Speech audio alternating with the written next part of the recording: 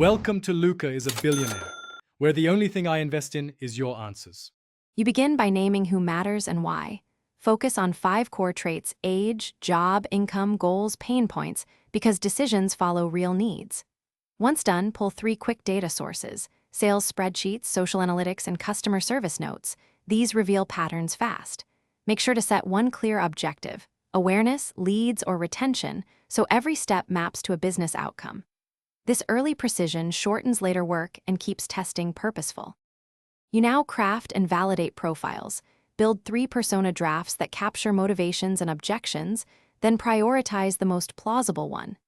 Next, design 1 concise survey and 2 interview prompts to probe decision drivers, because direct language matters. Once you have responses, run 2 small tests, add copy against a landing page variant to observe behavior, not opinions.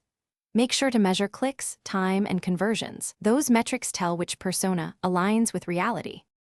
You finish by refining and operationalizing what worked.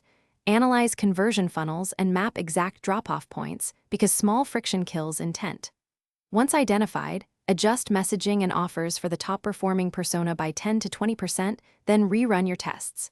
If results still lag, iterate up to 3 times while rechecking data accuracy and sample size.